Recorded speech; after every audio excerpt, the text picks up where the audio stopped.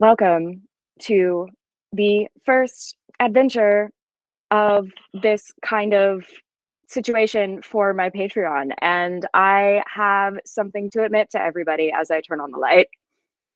I'm in my tent. There's a reason for that. I had every intention of going out on the streets tonight with phone in hand. Jay was going to be with me. Jay is under the weather, and I'm a little bit under the weather as well. So here's the thing. I wouldn't have done this if I was entirely under the weather. So I'm still committed to doing this. And what I have done is I have collected pictures that I personally have taken over time. And what I'm going to be doing is, with a little bit of technical finesse and magic on me clicking buttons, when I talk about specific places, I'm going to be putting them up behind me as a kind of green screen effect. Okay, I'm like, what, comments? Yes. Yeah, I don't know if there's like a gook going around. I know it's not COVID, something, it may have been something J8. I did try to find people who could film for me. I could have gone out on the streets on my own, though when I am in performance mode, I don't really have my wits about me, and I didn't exactly feel safe doing this with the camera, not just for the spirits. I feel a little bit better about the spirits, but certainly about the living. Not that Wilmington is more unsafe than any other place, but you know, having my wits about me and being able to perform, it was kind of a thing. So I appreciate your patience with this, and please know that all of you mean very much to me. I was very excited about this, and that's why I kept it on the books, because I was like, you know what? Life happens, and here we are. So with this, I wanted to start out. I'm very excited to be able to do this because I have not done a tour in, goodness, 2 years. The last kind of tours that I did was in 2020. And I will tell you now, all of the stories that I'm going to tell you are things that I have witnessed firsthand. None of the stories you will find on the ghost tour. And I'm also saying that for copyright purposes because I want to respect the stories that they tell. So I'm going to be telling you my stories and things that have happened with me. And not all of these spots are on the tour, the ghost tour that's in town. So I'm going to be giving you a kind of local insider scoop as to what is going on. So first of which, as I figure out, yes, we're going to start at the river. There we go. Okay, so to start, this is the North Carolina Battleship.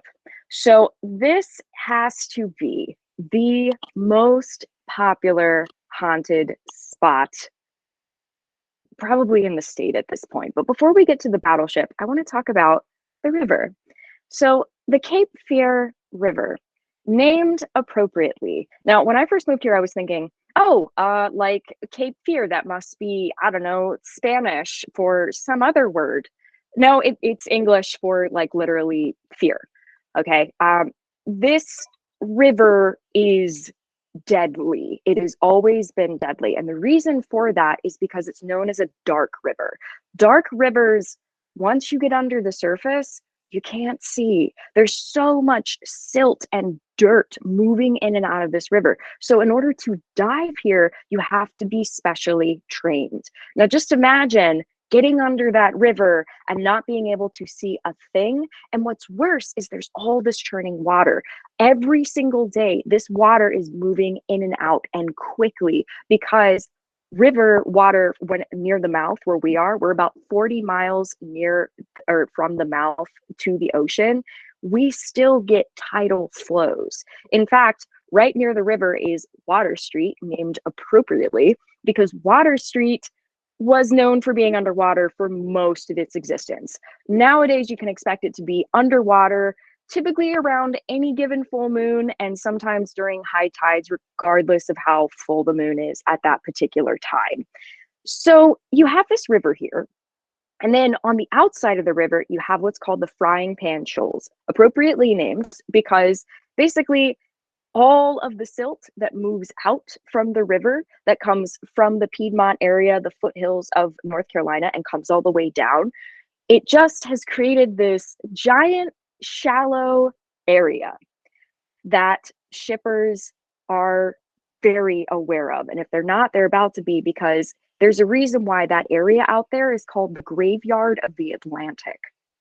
Many, many ships have met their end out there, including, you may recall, the Queen Anne's Revenge, which was captained by Blackbeard. Blackbeard did see some time up and down the Cape Fear. He also saw some time up and down North Carolina, and he met his end not far from where Wilmington is now.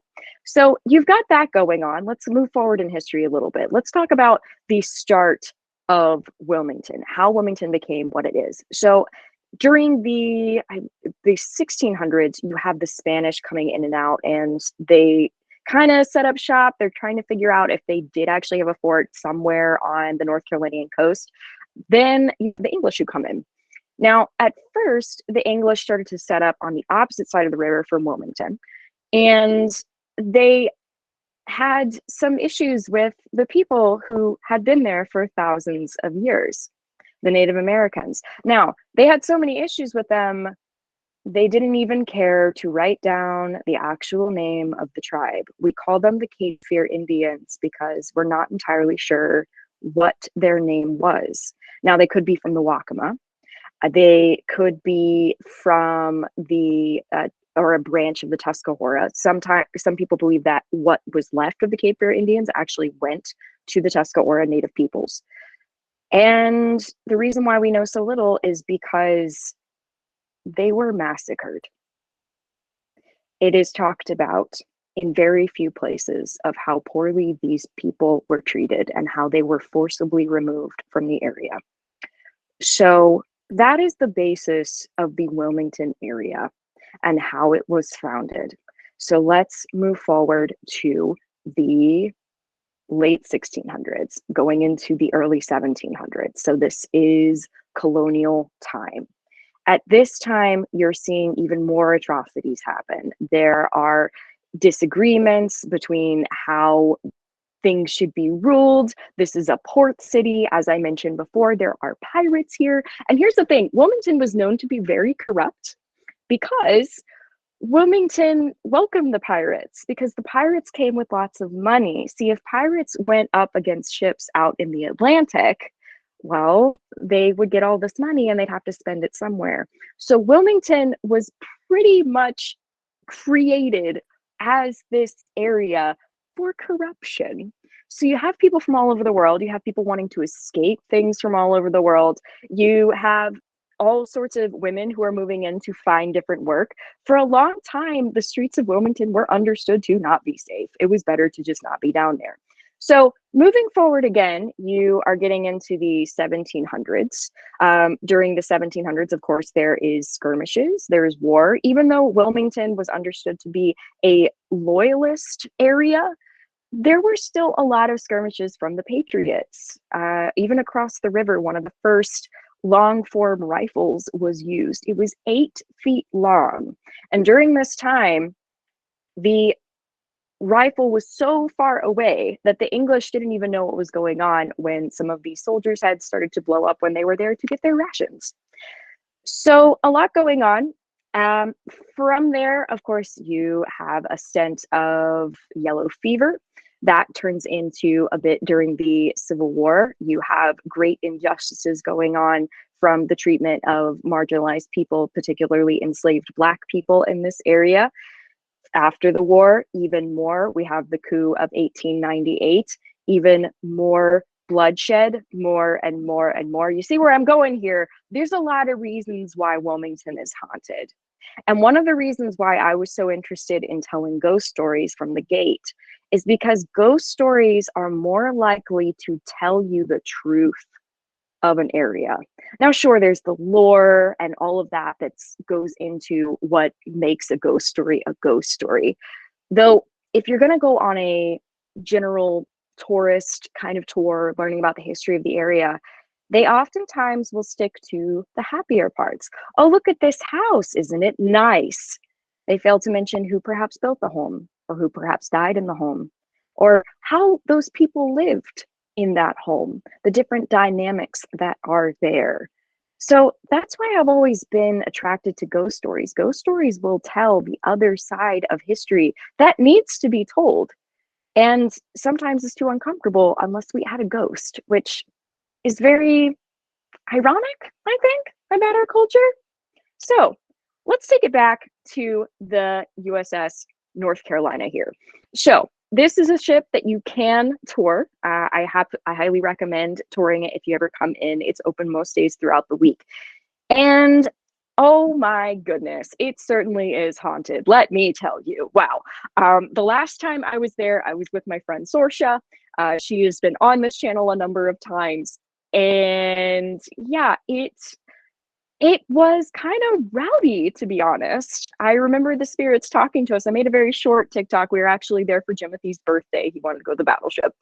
So yeah, it was like when we went down into the mess hall, suddenly there were just a bunch of guys just kind of hanging out, very chill, and we got a lot of attention.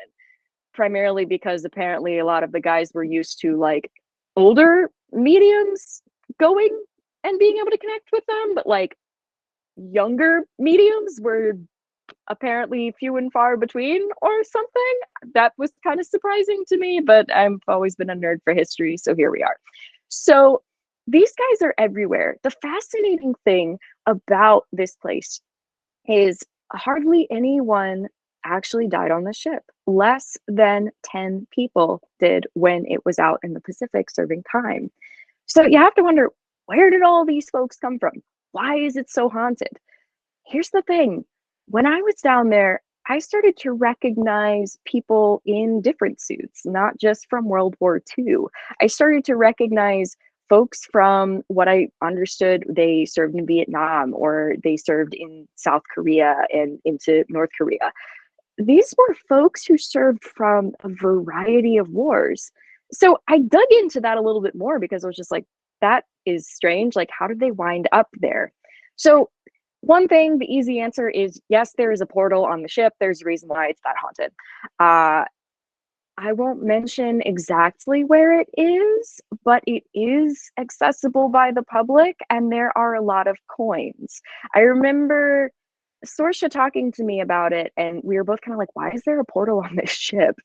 Well, in some lore, particularly Hellenistic lore or Hellenic lore, you need money in order to get on the ferry to cross over. And so there was something about this ship, all the metal, keeping all of that energy in, and then people giving money. And the thought of, could these spirits use this money to take the ferry to move on? So I'll leave that open-ended. It's a matter of what folks believe and what. I don't really know why people started throwing money into this portal because it was certainly there beforehand. We have a number around the river. But there you have it. The other thing is, I did start talking to some of these guys. I started asking, like, why are you here? And some of them, it was just to have a good time. I think a lot of different energy was drawn to this place. If you think about it, it's kind of like this recreational place for people, veterans who have served their time, and they want to be with like-minded people just to kind of chill out in their afterlife, have a good time in the mess hall, maybe like mess with a few the living, that sort of thing. But otherwise, I got a really good sense, a vibe on the ship, just this kind of camaraderie. All these guys who have served time through many different areas, just coming back. A lot of them do look younger, but every now and then you see some white-haired folks. And they just all hang out, and it's really cool. Now, I do want to address one last story on this one. And it has to do with a guy with no head, and instead of the head has flames. So this particular guy, I know people personally who have seen him. Now, he wears a military uniform, but otherwise, flames. Now, why flames? Well, may have something to do with some of the battles that happened around this ship. It did actually see some warfare. Now, why that's addressed like that, it could just be because that guy in particular doesn't want to be messed with. That is my best theory. But the other thing that I think about is that guy may very well be part of a guardian.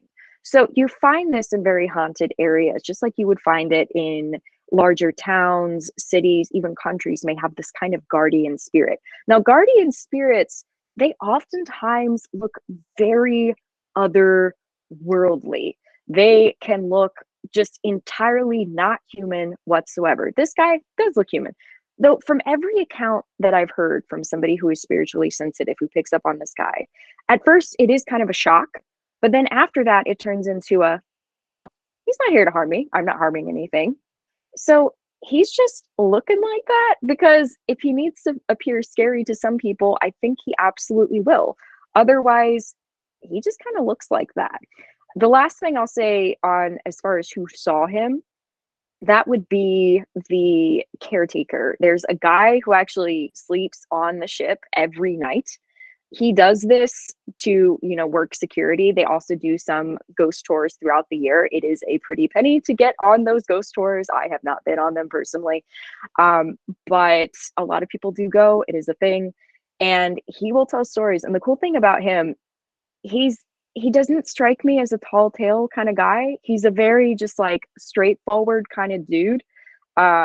He is the least likely kind of person that I would expect to be like, yeah, I saw a ghost, flaming head. Yep. He is very interesting. So with that, I've got other places to go, so to speak. Do we have any questions? Anything anybody will ask? You can either type it in or you can. Oh, I see a hand raised. Aha. Yes, Tammy. Sorry, I'm on my phone. You're fine. But is the coins, is it also related to, because I know whenever we go to any of our old friends that have died, we leave a coin for the time we served with them.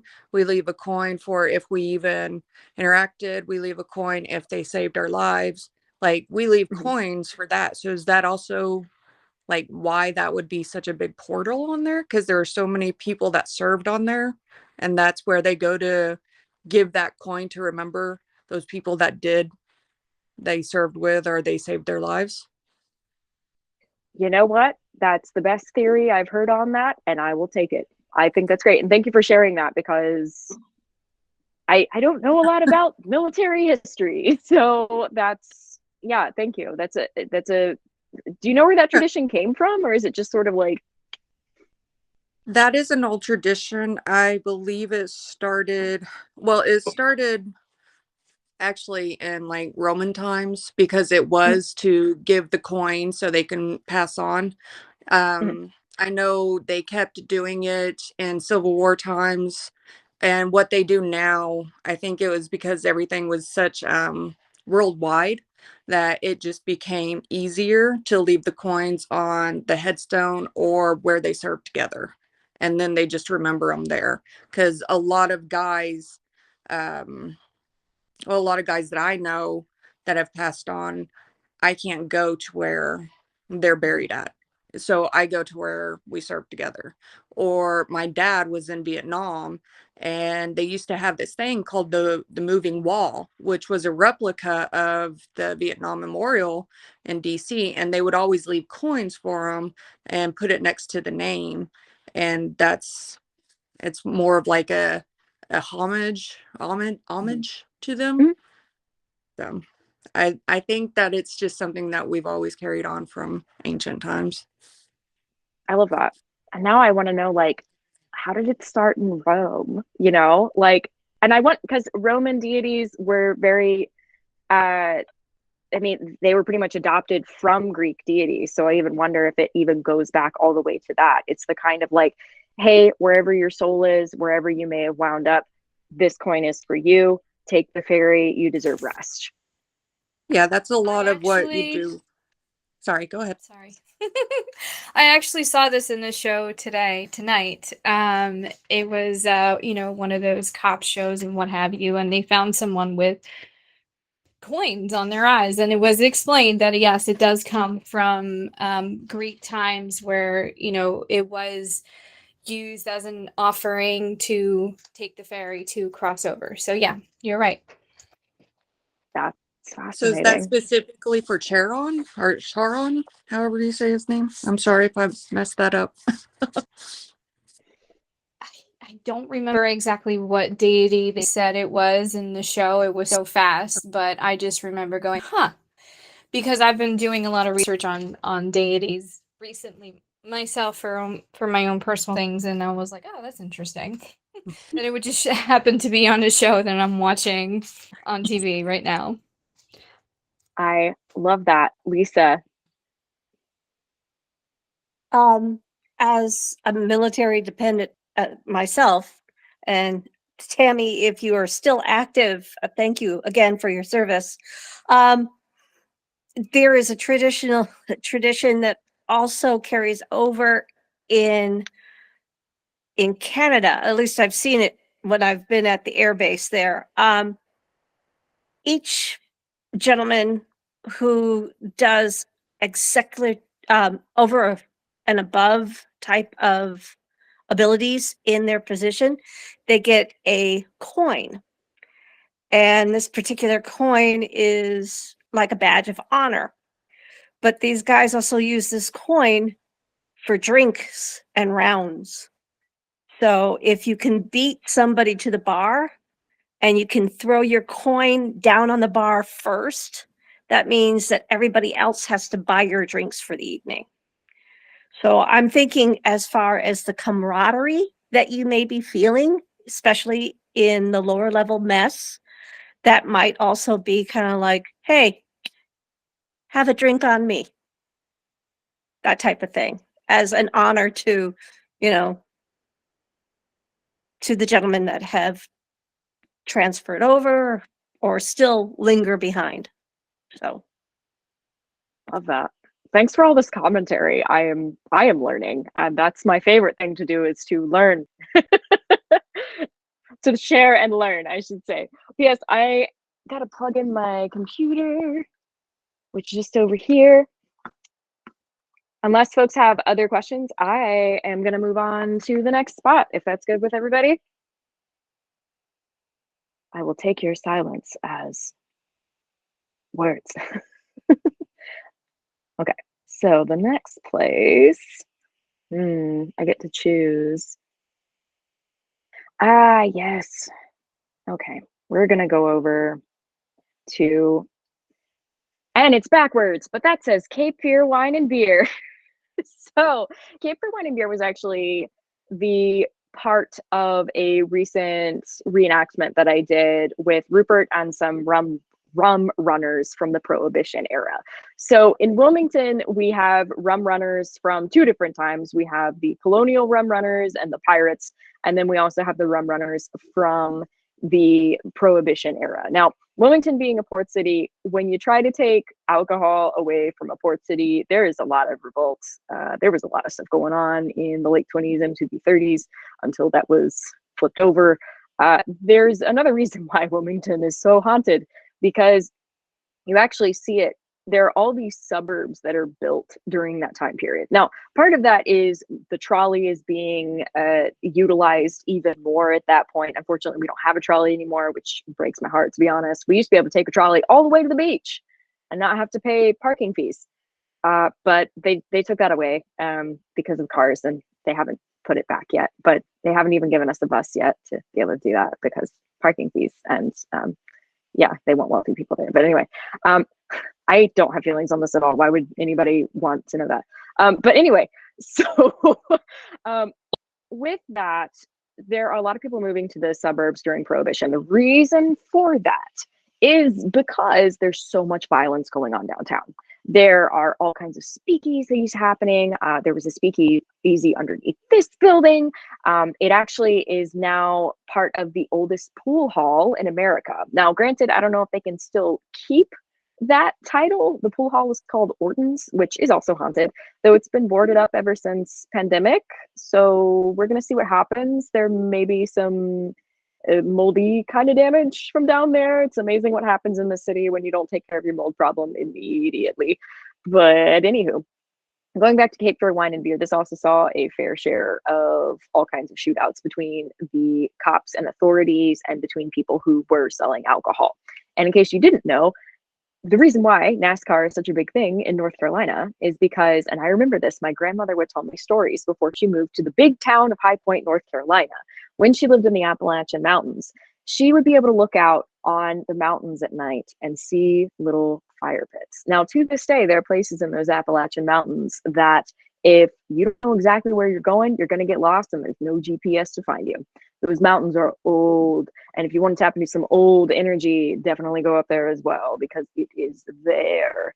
Now, Grandma would tell me stories about these little fire pits, moonshiners. The moonshiners would take that moonshine, they give it over to folks, the rum runners that would go all the way down to the coast. They would need really fast cars in order to do so. And that was actually the beginning of NASCAR. So yeah, lots of shootouts going on in Wilmington, lots of illegal activity going on in Wilmington. And then you have this place. So I'm going to tell a story. I may have told it on my lives at one point a long time ago, but this is where it happened. So Cape Fear Wine and Beer, I guess I should specify, is in the same building as Tony's. Tony's was the place where I did the reenactment with Rupert and the Rum Runners.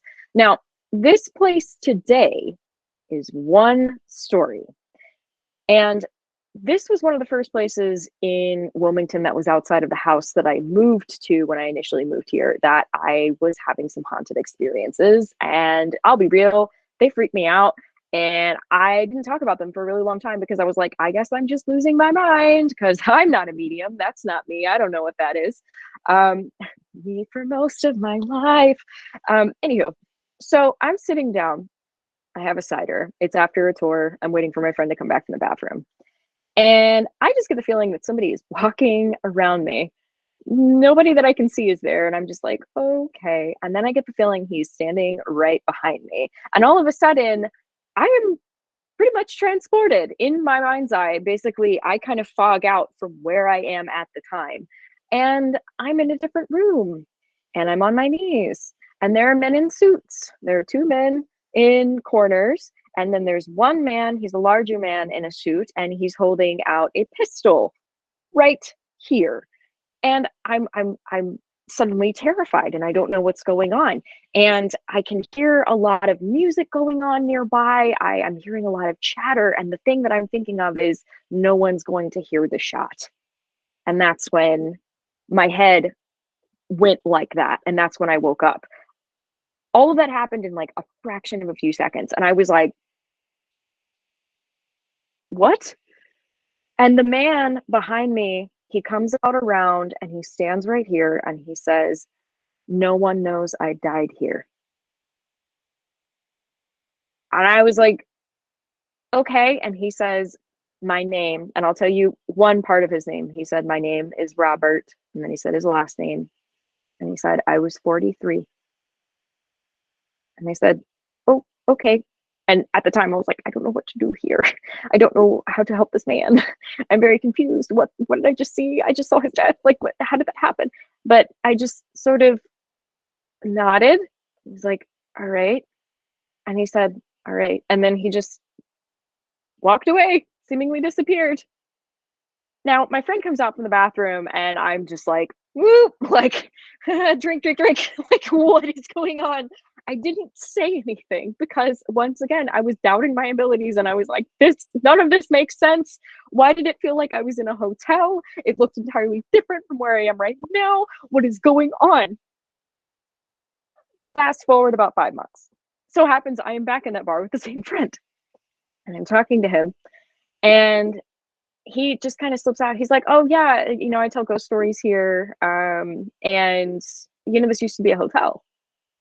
I said, oh, no, I did not know this used to be a hotel. He said, yeah. The whole first floor, including where Tony's is now, the whole first floor used to be a hotel. It used to be the lobby of this hotel, and it used to be 5 floors. And I was like, whoa, but what happened? Now there's only 1 floor. He said there was a fire. And yes, there are ghost stories attributed to the fire and that sort of thing. I won't get into them, though they exist. And here's the moral of the story with this. At the time, I had this experience and I felt like it was real, but I wasn't ready to tell anybody that I felt that it was real because it was like the kind of real that is scary real, and so scary that I was like, I don't know, man. I just held on to it. But the moral of the story is just because you don't have immediate validation on what you're working on, sometimes it just takes time. Sometimes it's a matter of researching what you're finding, Other times it's a matter of just talking to the right person at the right spot, and the right topic just happens to come up. So this is why I tell people, write down your experiences whenever you possibly can, because you never know when you're going to need to look back at them and say, oh, wait, that happened, and now I'm validated. So yeah, that's this entire strip. All of it is haunted. It takes up an entire block. It is on Front Street between Chestnut and Princess Streets. And yeah, if you're ever here, there's a Christmas shop. There's now a tequila bar. There's Cape Fear Wine and Beer. They have something called Beer Church on Sunday, you know. And then there's Tony's that's actually right next to it, which is where some of the rum runners are. So before I move on to the next place, any questions about this location or this block?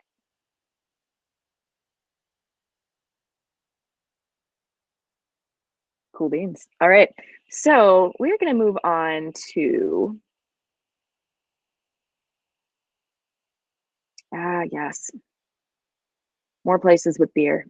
Okay, this place is about a block up.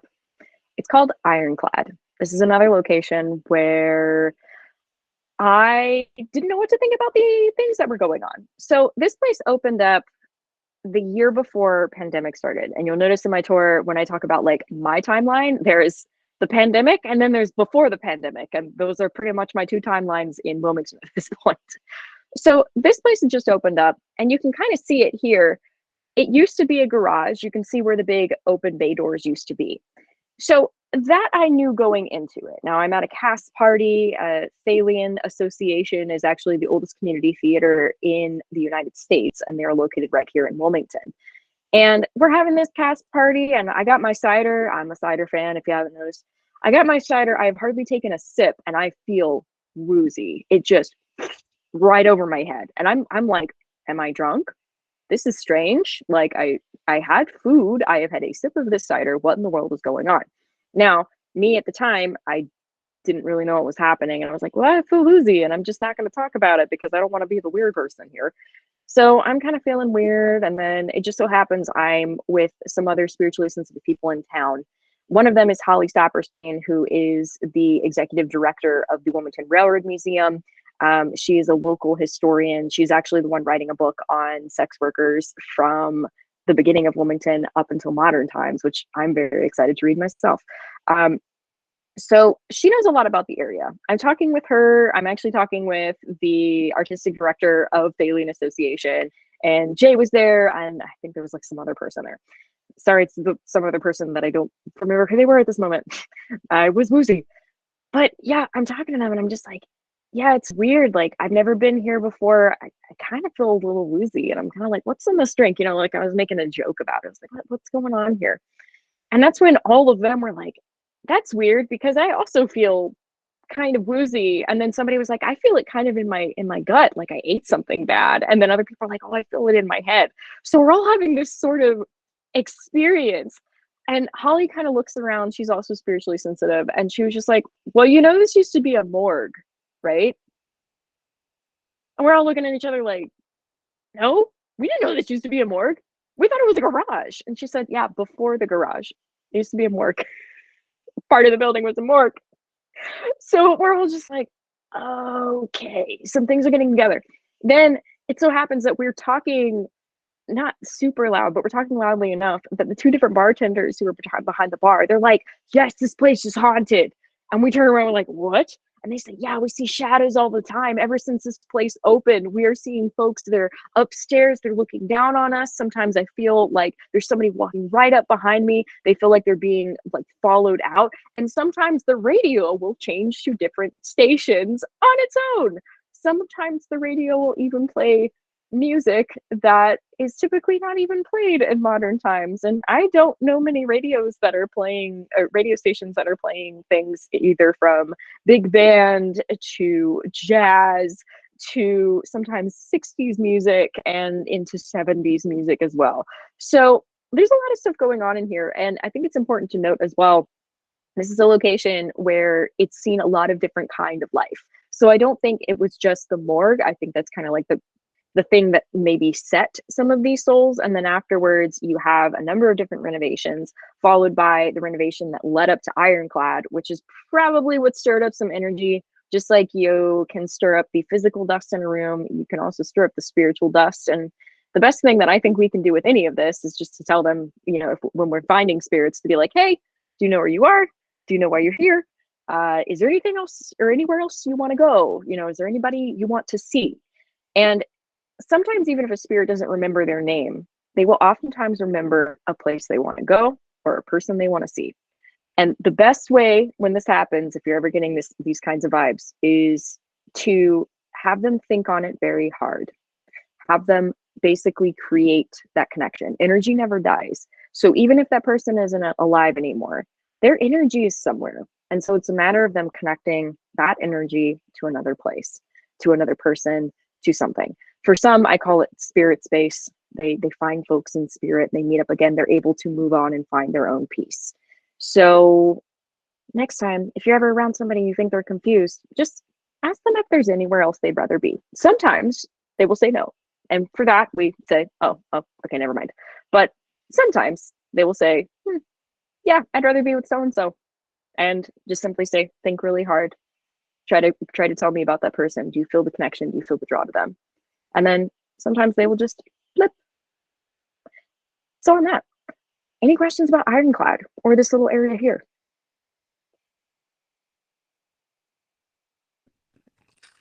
Yes, Tammy. I have a question. Sorry. Oh, you're good. So whenever you come across them, how do you know which one like is the one influencing you at the moment? Ooh, okay.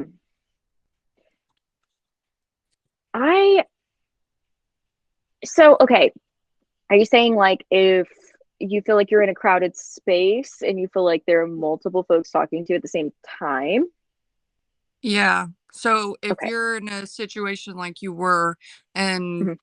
you get the woozy head, but there's like 4 or 5 of them in the vicinity, like how do you narrow that one down?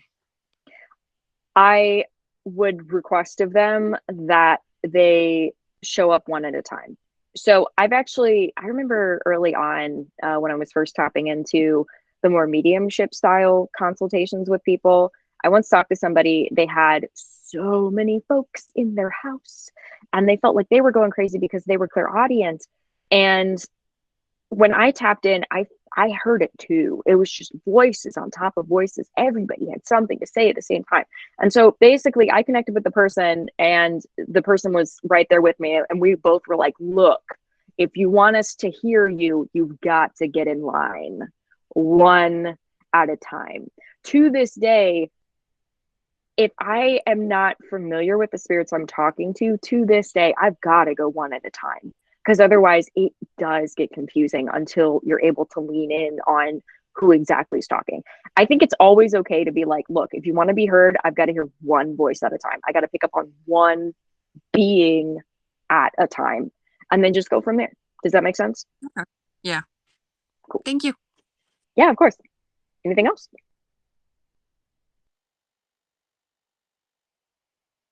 Okay. I will move on to the next spot. I'm choosing here. Let's go to church. I would start singing the Take Me to Church song, but copyright. So if anybody knows the Take Me to Church, that's all I'm gonna say. By Hosier. Anyway, so this behind me, which the video or the picture kind of shows up, is First Pres. Okay, so First Pres is right across from the Latimer House, which we're going to get to in a moment. First Pres, beautiful building. Like, thank you.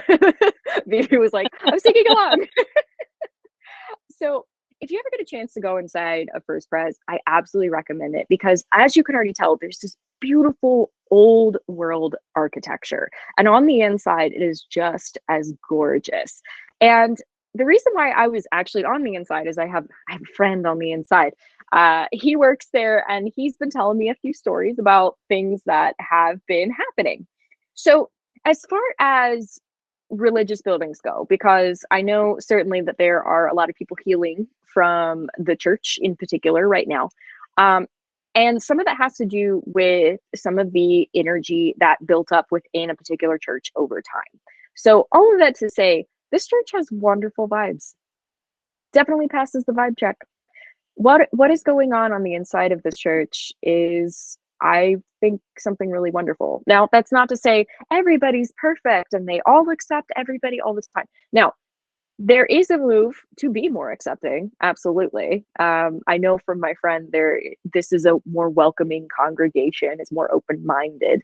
So there's that going for it. But I would also say it has to do with the spirit who is there. Now, I'm not going to say his name out of respect of this institution. They all know who he is. He was a pastor there. I think that's what you call it for Presbyterian, pastor, preacher. Yeah, okay. Thank you, Jasmine. He was there, and when he passed, he just came back. And I think he is one of the kinds of guardians who is here at this church. And the thing is, he's not this creepy guy. Like, his energy when he's around, he feels warm. Like, it might be a sensation of warmth that people feel. It could also be this kind of emotional warmth that one feels. He's very friendly. I remember one night we were walking around because the church just looks different at night and gorgeous in a whole different kind of way. And he just walked around with us and made sure that we were all right and taken care of. And I think it is his spirit, alongside of perhaps other people in the congregation who still come back to make sure that this place is an institution of integrity. They are protective of their space in a wonderful kind of way. So once again, I don't often say, hey, people, go to church, unless you've seen my skit on the whole like Gertie thing, which is an entirely different story. Though, if you're looking for a kind of place that, at least the last time I was there, did offer this kind of sanctity, this kind of peaceful aspect to it, I would recommend this place because, we can go into God and all of that, though I would like to bring it back to the individuals who help to bring people to that God, and say that they're still doing wonderful work, even on the other side, to create a place of peace and compassion, these aspects that Jesus taught. So I want to talk about that first, Prez. Any questions before I continue? Pastor or minister is correct. Thank you. Cool. Apply visual effects. Okay. Okay, so we've hit up some churches. We've hit up some bars. Yeah, we're going to go across the street to the Latimer House. So I was here recently. I was invited by the director, his name is Sean, to go on their nighttime tour. And yes, I'm going to plug their nighttime tour again. If you are in town, I highly recommend it.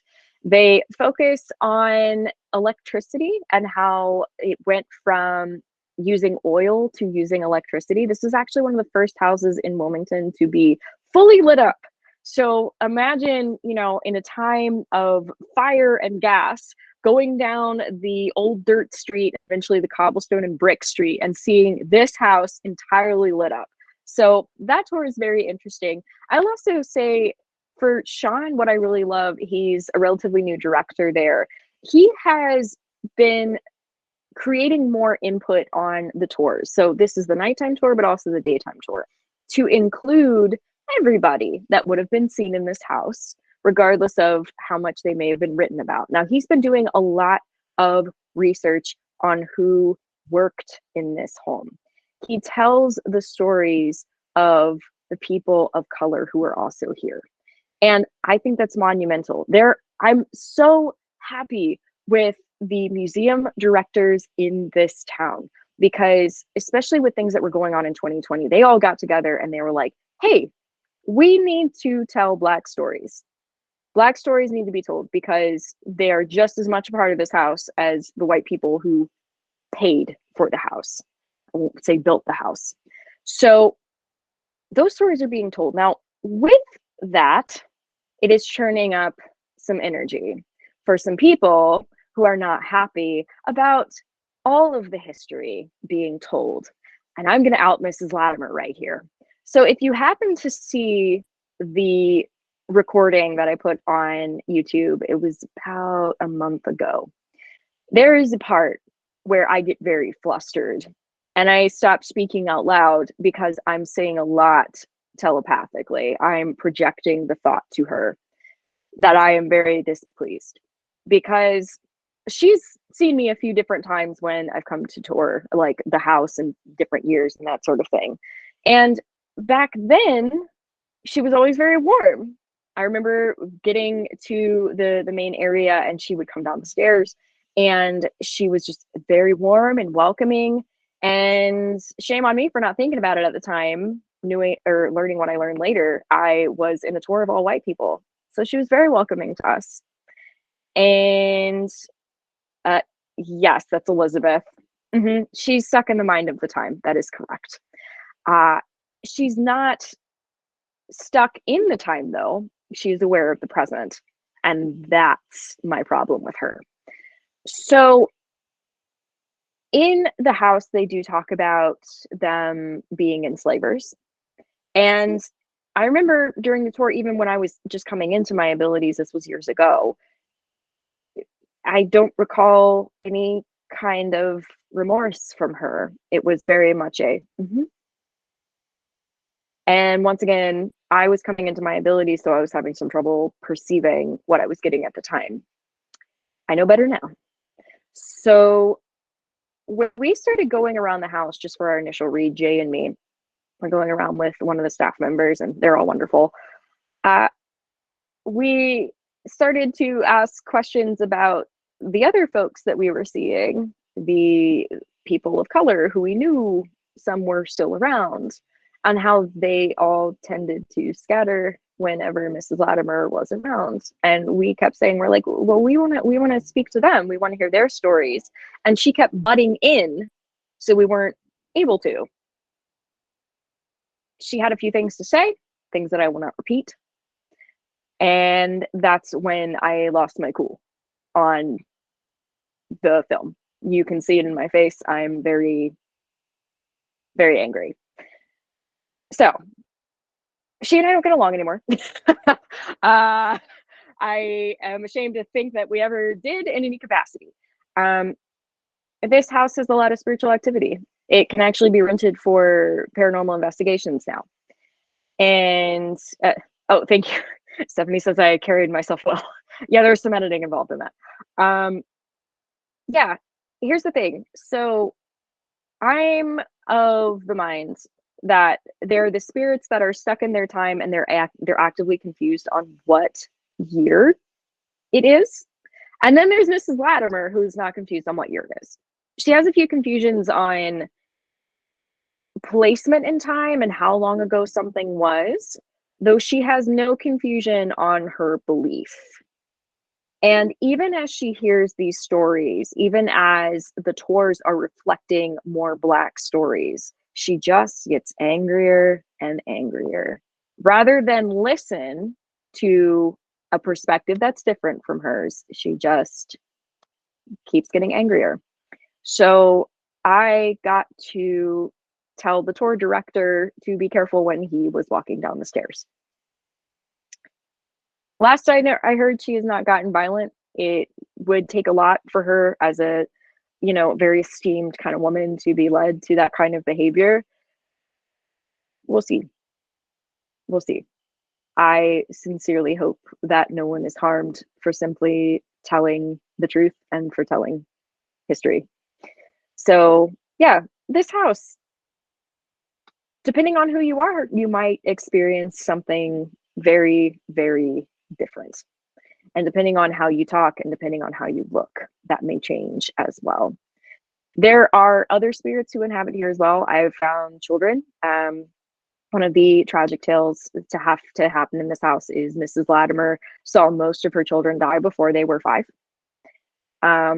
those kids were laid out on the table downstairs to be prepared for burial. You can still see that table. It has vibes, though.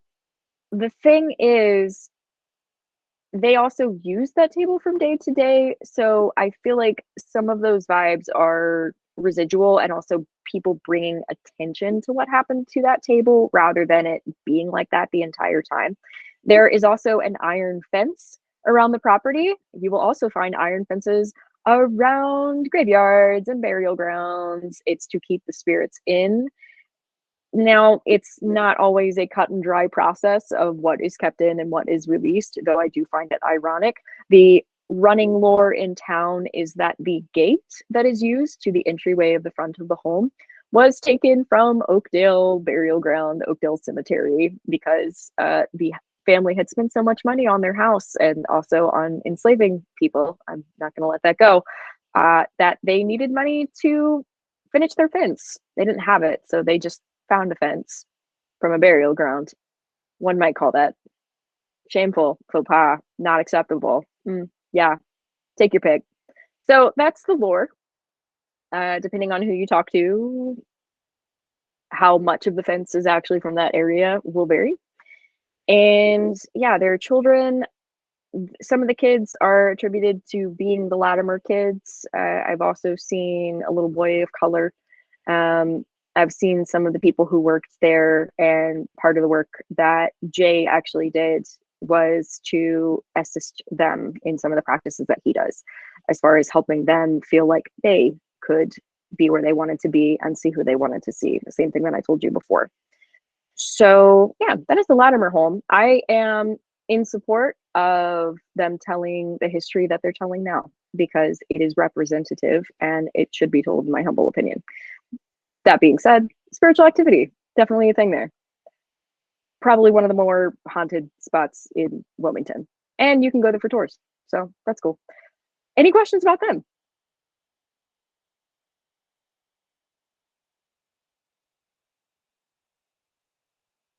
Okay. Rebecca, is that where the parking lot is where the gallows were? I don't remember what house that was.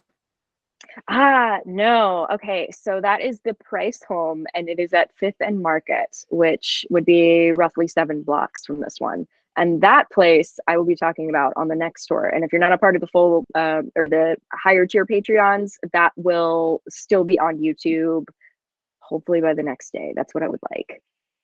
To the iron, what was that? Let me check and then I'll get to your question. Yeah, it's called the Price Home. It's now the place where Gallows Hill is called the Price Home. It's now an architectural firm, but I'll tell more about that later. It is packed. Okay, this from Carrie. Am I saying your name correctly? Carrie? Not Kari? Carrie? I feel like Carrie is correct. Am I reading? What is my reading? Do the iron fences keep spirits in against their will? Carrie, thank you. So I don't think so. I think it does go back to mental, like your mentality on it. I think what keeps spirits against their will in this particular house was the living mentality. But there is a belief that iron around burial grounds in particular is a kind of sacred, and it can be blessed in order to keep the activity there and kind of charge it as well. You'll also see in some different cultures iron used as a form of protection to keep things out. So yeah, it varies according to belief, I should say, and but can be very powerful depending on how you use it. And Lisa, you had a question.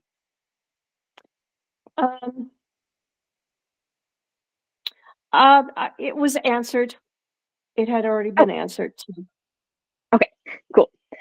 Yeah, and Jasmine just said you can see a ghost on the Google Maps view of is it the Latimer home or is it the Price home? Because I've heard it on the Price home too. The Price home, yeah. Yeah, it's that haunted. We have lots of photos from there. I've got a few coming out on TikTok from there as well. So yay. All of that will be coming on Friday, and hopefully we will actually be at the location. My goodness, that will be woo, so fun. So very fun. I'll get to that later. Cliffhanger for all y'all. I'm gonna move on. So we're gonna go to, let's see. Yes, okay, we're gonna go.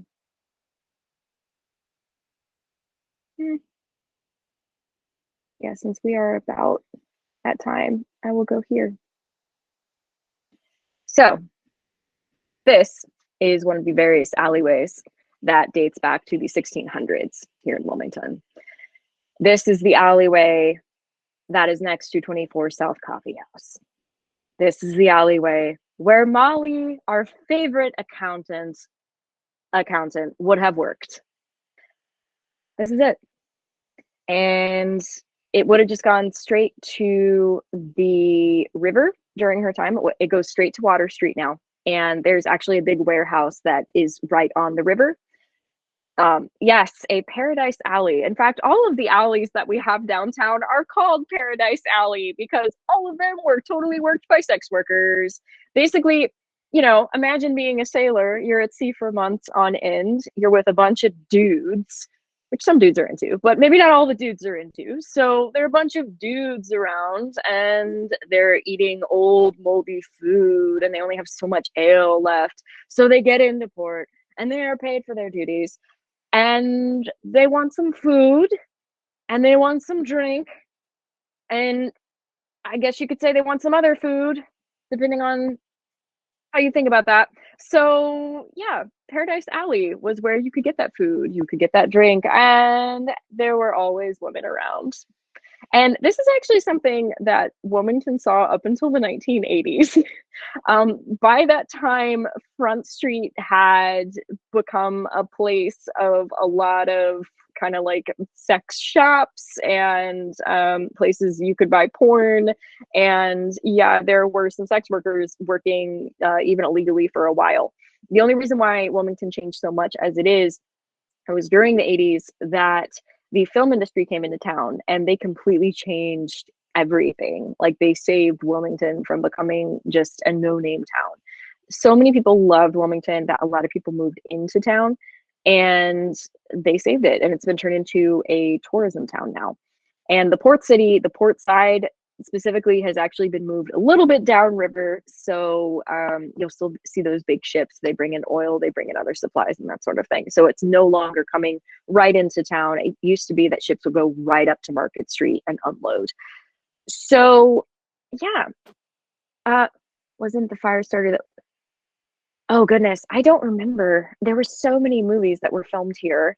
I'm not sure. That's the thing. There's a film tour in town that I have not taken myself. But there's plenty filmed here. There's filming happening now for something called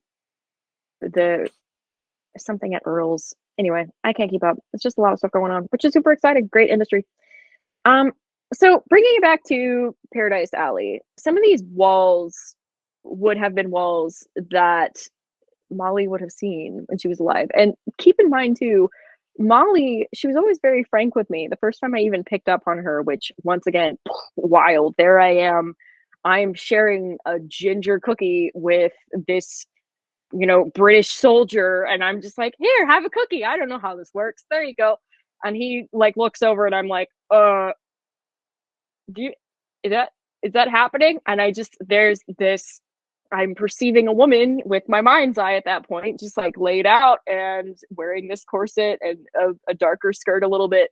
It was like a grayish at the time and just sort of hanging out in undergarments of the early 1800s. And she was trying to get representation. So I remember at the time I was like, hi, what's your name?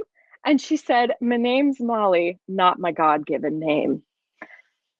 Molli, I found, quote, Molli in the comment section, I actually looked it up, was slang for a sex worker during the colonial period. That was wild for me. What validation? And through the comment section, no less. So, yeah, she was around during that time. And during this as well, my train of thought just left me and I don't know why. why she stuck around. I don't think she's been around the entire time. There are certainly times in history that I have talked to her about that she doesn't know about. Though I remember she has talked about the 80s, the late 80s into the early 90s, because she liked the fashion, she liked all of the colors. And it so happens that 24 South is the oldest coffee house in Wilmington, and I believe it came about in the 90s. So I'm wondering if it's actually the establishment of the coffee house. Perhaps she worked in one of these places. I know she actually passed out here. I will get to that. But yeah, I'm wondering if it was kind of like the churning up of the energy of this area during that time period that kind of churned her up, her energy up as well. And I'll answer this too. A lot of people ask about her accent. Now, I will be the first to say that when I was taking accent class in college, because I did do that, Irish was one I got definitely low marks on. Now, here's the good news. Molli, when she was here, she was first generation American. Her populace would have been filled with Irish, Scottish, English, and German. So her accent is a little bit all over the place, which I think is super cool and was also kind of mind bending at the time when I was first picking up on hearing her, because I was just like, what? There was a time where I thought that she might have been from York, or like kind of around that area. It was kind of figuring that out. And she doesn't like to talk about her parents because she left that. And for any of you who are able to see the longer version of the Live with Molli, she kind of went into that on why she started to work in the profession that she was working, how she saw it as a form of independence, and how she never wanted to be a shop girl because she never wanted to take orders from some man.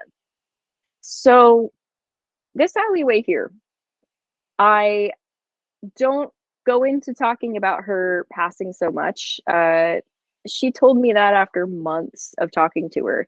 And it was for a surprising reason. It was because she was angry that a man got her. There's a reason why she always carries a knife on her.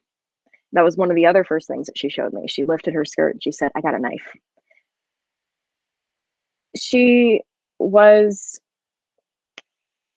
That's what happened to her. So a man did that to her. And so now she carries a knife in the afterlife, and she's still very set on never letting it happen again. She was about 18 when this happened. She had been working since she was 14. Now, in that time, a woman was considered legally a woman sometimes as early as 12. Though I'll still look at it in the context of now. 14 only made it to 18 and met her end because of a man who didn't get what he wanted. So when people talk about how much of an inspiration she is, that goes a long way. And I think it goes a long way for her too, because even in her time, all she wanted was to just be herself. All she wanted was to be a proud woman. And when people ask me about, like, why doesn't she move on? I simply say it's because she's everything she ever wanted to be right now. She's in charge of herself. No one's owning her. She gets to make her own time, her own hours. She gets to be her own woman, her own person.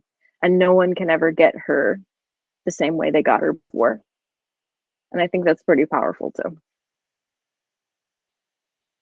And on that, do we have any questions about this area? Or Molli? I will answer what I know. She's not here right now. Yes, she is a badass. Thank you, Carrie.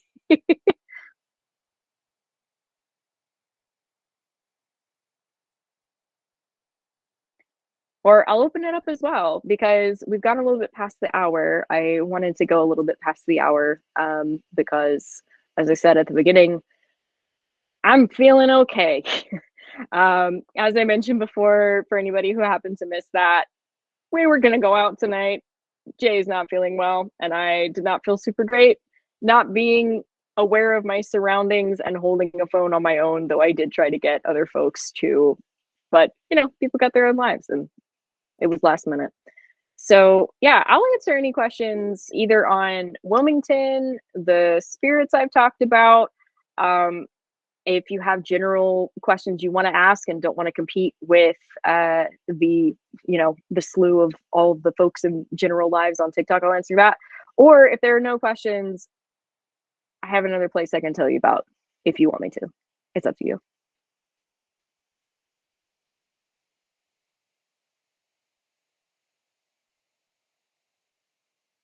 All right. More, please. Okay. So let's see, because I took a few screen captures. Go there. Let's go to Husk. Okay. I think I originally talking about Husk. Okay. So once again, we have a backwards photo here, but it's called Roundebush, I think, German. This is the oldest general store left in Wilmington, or at least the building of an old general store. This is located across the street from 24 South. So this is right across the street from where one of the Paradise Alleys would have been. Nowadays, it is, so you have Husk that's down here, which is a bar, and then you have Dram and Morsels up here, though it's been closed since pandemic. And then you have Yosake, which is here. And that is a Japanese restaurant. And it's a common place for the musical theater crowd because the guy who owns this building, who owns these businesses, also owns a theater in town. So at any given time, you will be surrounded by thespians. Now, this place, because it is so old, has a lot of history in it. It just so happened that the ghost that I had a conversation with back in 2021 was not from Wilmington. He was from Fayetteville. Now, Fayetteville is roughly an hour and a half upriver from us. It's on the same river, Cape Fear. And thank you for joining. And basically, I was up at Dram and Morsel at the time. We were having a cast party. We'd just done this show at the Wilson Center. It's this big, nice theater that was built, I think, like 7 years ago. And what do? Okay, so I'm having a drink. I'm coming into my abilities again. There's a lot of folks talking around, schmoozing. Everybody's dressed really nice because it's a cast party. And I find myself on the couch, and I was just kind of catching a breather. And what do? I was just like, I'm going to tap in and see what's going on. So I knew. And one of the things that I do when I'm tapping into a place for the first time, especially if it's kind of wide or like really open, I will imagine this kind of either light or like a fog or a smoke that just kind of goes out around me, and it kind of is working like a sonar kind of thing.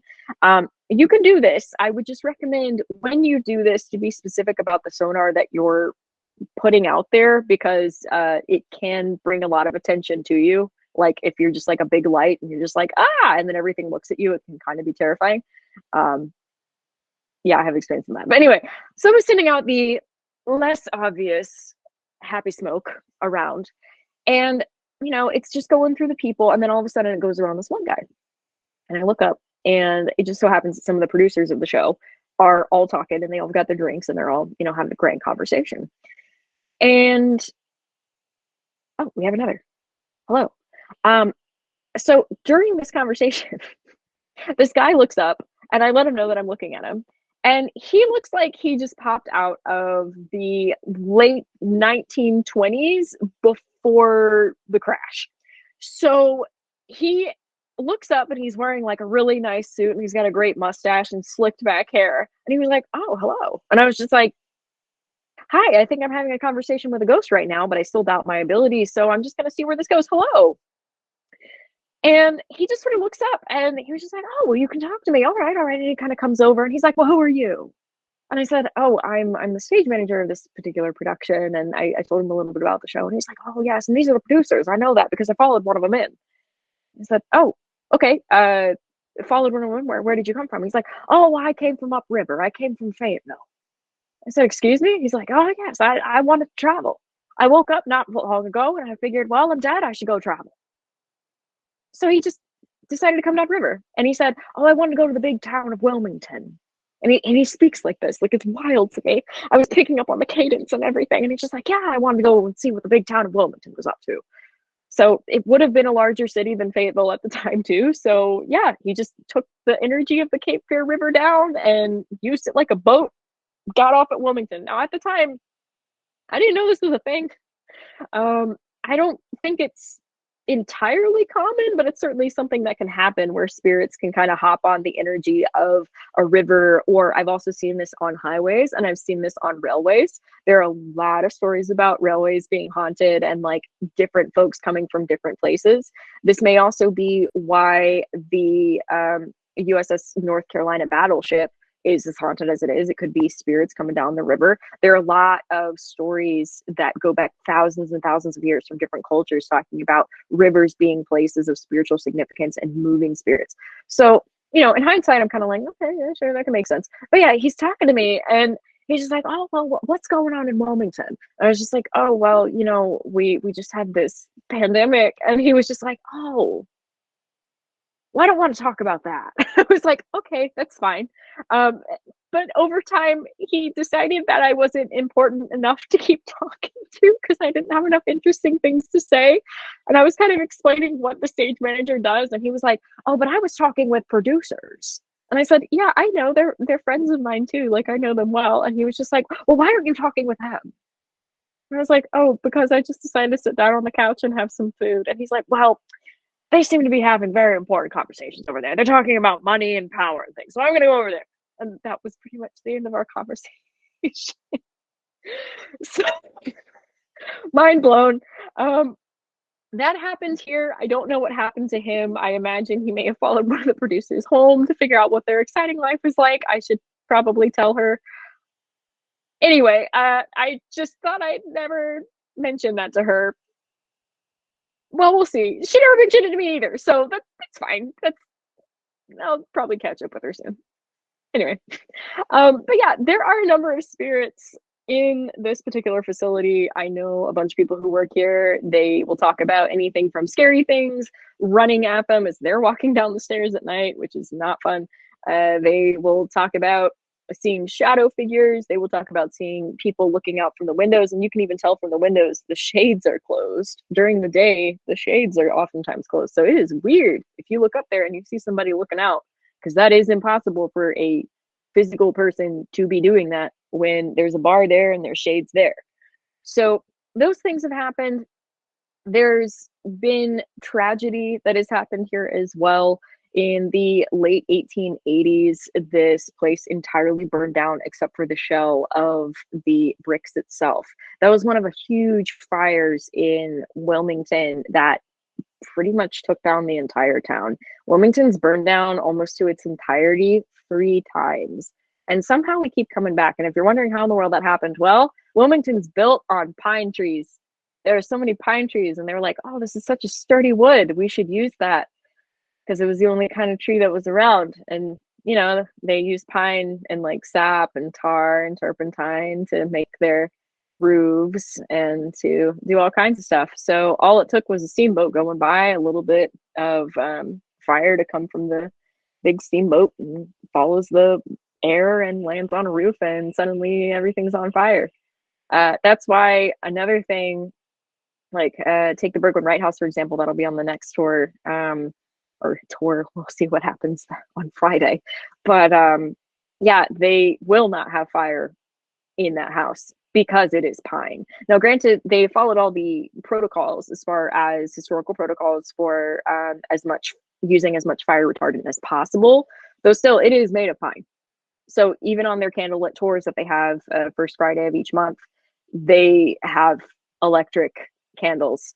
You will not find a fire anywhere close to that building. There are very few colonial structures left in this town. This is from the 1800s, for example. This would be standing on a colonial structure that likely burned down.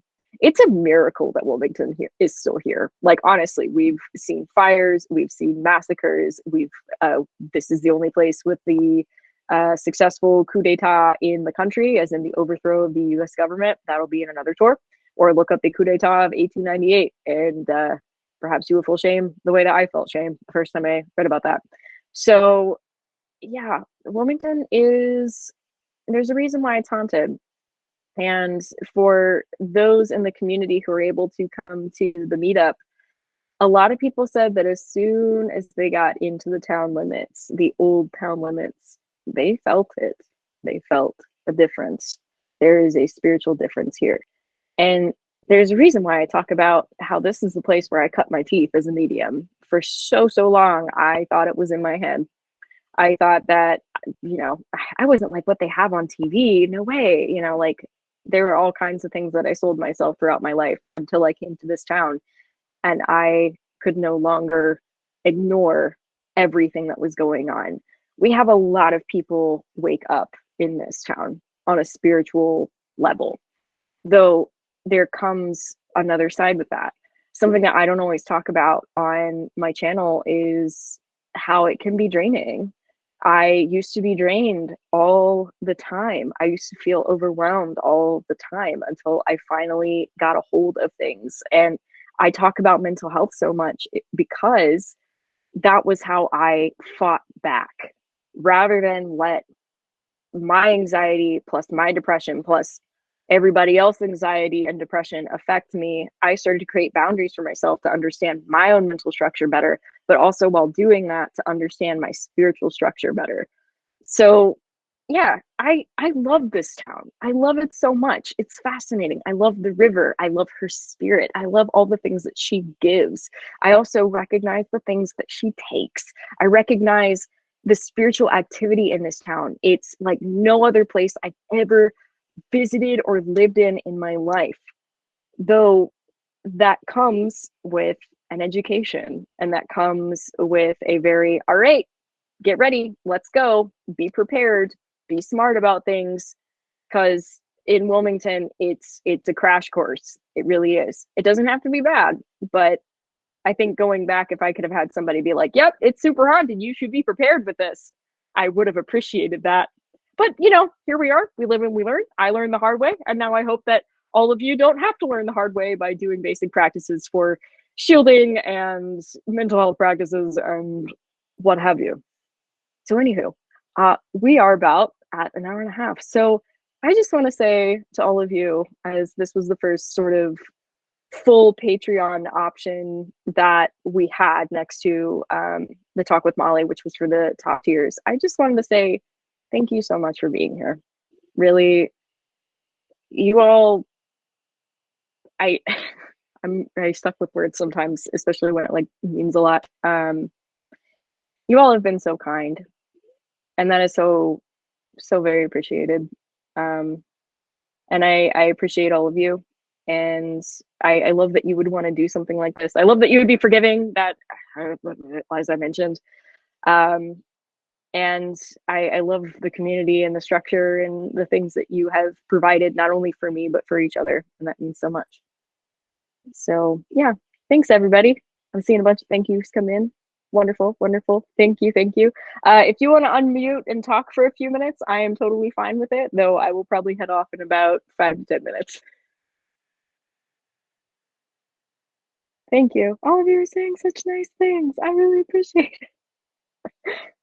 And now I'm back home. Huzzah. Even traveling for fun is home. What was that, Shannon? I was just gonna say, is the energy in Savannah kind of like that too? Yes. The energy in Savannah almost feels heavier to me. And I haven't been there in a little while. I actually have plans. It looks like I'll be there in January, and I'm going to be hanging out with Amy, which is Saltwave Spanish Moss. She's a tour guide there, and I'm super excited about that. But yeah, the last time that I was there, I was much younger. I was much more in the spiritual closet, so to speak. Well, I was in the closet on a lot of things.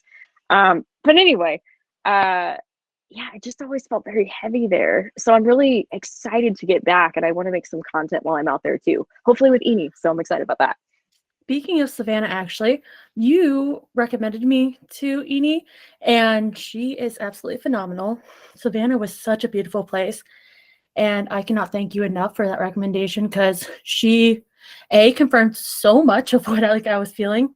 First day I went to the most haunted CVS there, and I was like, oh, the energy here is really bad. And she's like, oh yeah, this is the most haunted CVS. And I went there to use the restroom, and they're like, we don't let anyone go down there. And I'm like, that's weird. And she's like, oh yeah, the basement's terrifying. And I'm like, oh, lovely. So thank you so much for that recommendation. Absolutely. I'm happy to help. Like, whenever I find good people, doesn't matter what occupation they're in, who they are, what they believe in, I'm always just like, good people, meet good people. So I'm so glad you had such a great time.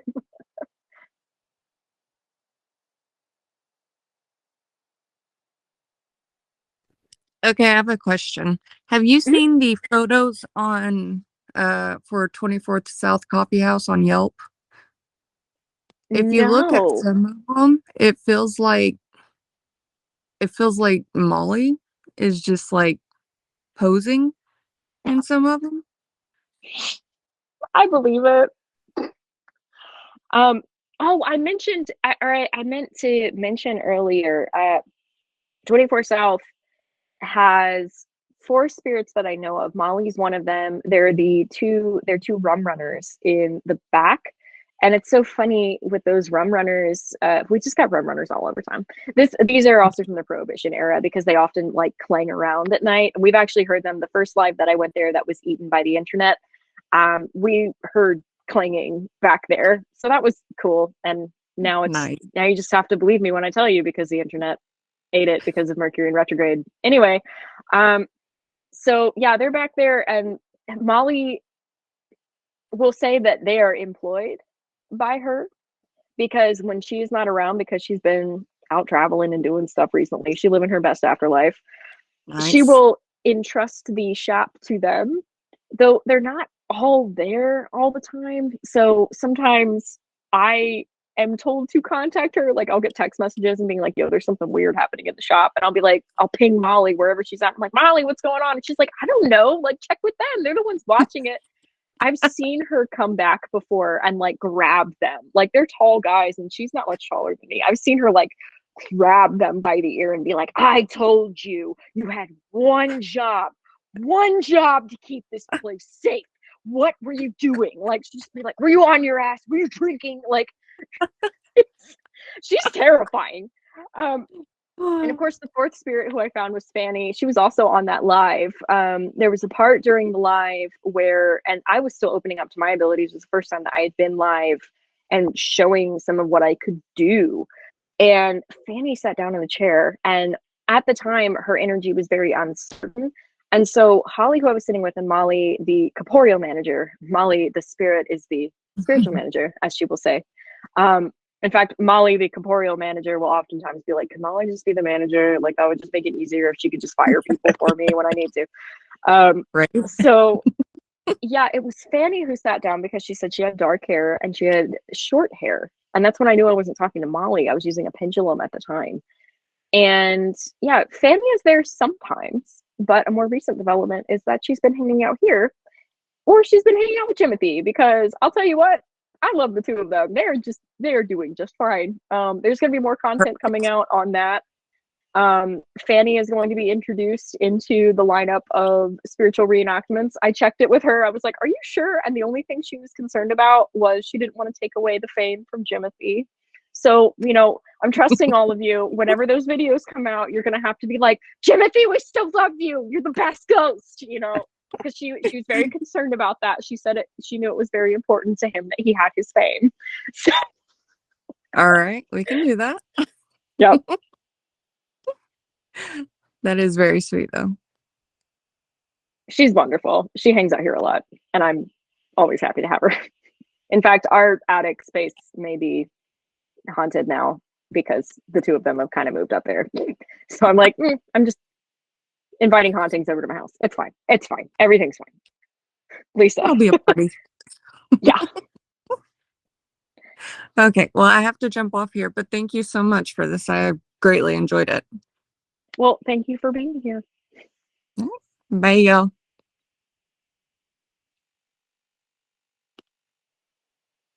All right, you're next, Lisa. Oh, okay. It's you. The other question that I have, and it goes back to Fanny. Why does she loiter at the coffee shop? What familiarity, what sense of security does she find there? Is it because of the motherly nature of Molly to protect her? Or how So did she just find herself there? yeah, I know that she stays because of Molly. And how she found, it's funny, my initial answer was like, that's a great question. I never thought to, and then I was like, oh wait, I totally did. It seems so long ago now that I asked these things. So I won't go into details, but Fanny is also young. She met an untimely end out there in that space. I know she was out with some friends and they lost track of her and some things happened. Her story is very sad, how things ended, and I'm glad that she gets a second chance right now, for however long she wants it. She was wandering through that building because it used to be all one set. Like there was 24 South, and then there's this like Italian shop next to it, where they sell a variety of different like foods and stuff. All that used to be one area. There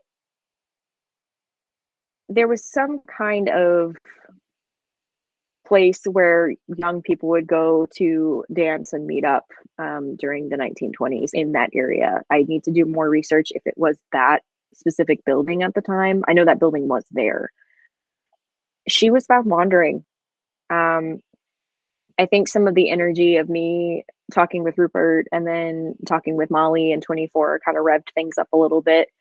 And the first time that I picked up on Fanny, Molly was aware of her. She was curious, though I could already tell that Molly felt like she had to be protective of her. And that's because at the time, Fanny was very much still in a state of uncertainty that had to do with, in part, the fog of what happens when you kind of get lost in spirit, though also part of the fog of what she dealt with when she was alive.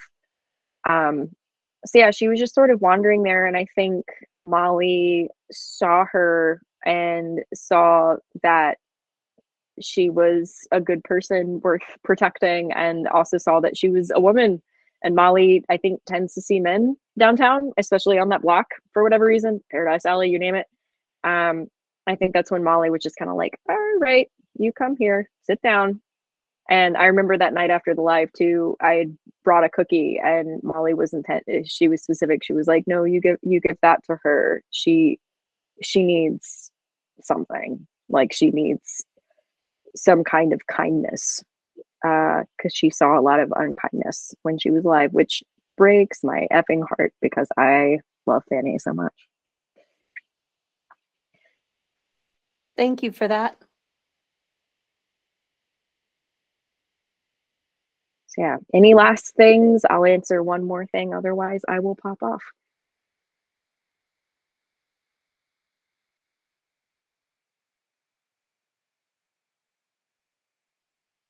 Okay. Well, thank you all again.